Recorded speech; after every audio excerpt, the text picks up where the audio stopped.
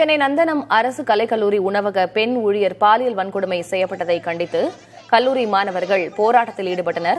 கூடுதல் தகவல்களை வழங்குவதற்காக செய்தியாளர் அன்பரசன் இணைந்திருக்கிறார். அன்பரசன், என்ன நடந்தது? இந்த கொடூர செயலில் ஈடுபட்டது யாருன்னு தெரிய வந்திருக்கா? தற்போது கல்லூரி மாணவர்களுடைய கோரிக்கை என்னவாக இருக்கிறது? சென்னை நந்தனத்தில் அமைந்திருக்கக்கூடிய அரசு கல்லூரியின் கேண்டீனில் பணிபுரிந்த 22 வயதான இளம்பெண்ணை பாலியல் வன்கொடுமை செய்த வழக்கில் தற்போது 3 நபர்களை சைதாப்பேட்டை அனைத்து மகளிர் போலீசார் கைது செய்திருக்கிறார்கள். குறிப்பாக நந்தனம் அரசு கலைக்கல்லூரியின் கேண்டீனில் திருச்சி அருகே உள்ள ஒரு பகுதியைச் சேர்ந்த 22 வயதான இளம்பெண் கடந்த 20 நாட்களாக பணிபுரிந்து வருகிறார்.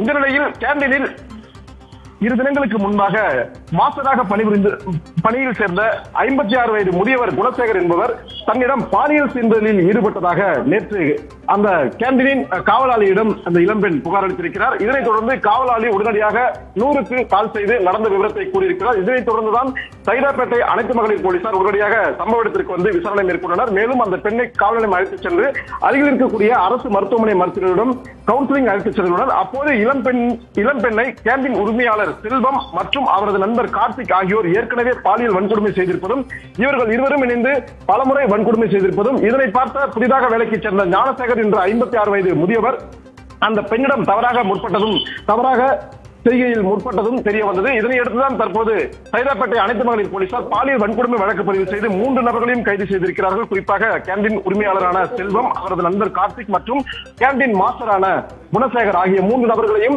பாலியல் வன்கொடுமை என்ற பிரிவின் கீழ் கைது செய்திருக்கிறார்கள். இந்த சம்பவம் தொடர்பாக தமிழகத்தின் பல்வேறு அரசியல் கட்சி தலைவர்கள் இந்த சம்பவத்தை கண்டிக்கும் விதமாக தற்போது அறிக்கை வெளியிட்டு வருகின்றனர். இந்த நிலையில் தான் கல்லூரி மாணவர்கள் தற்போது போராட்டத்தில் ஈடுபட்டு வரும் காட்சியை நம்மால் பார்க்க முடிகிறது. விவரங்களை வழங்குவதற்கு நன்றி அன்பரசன்.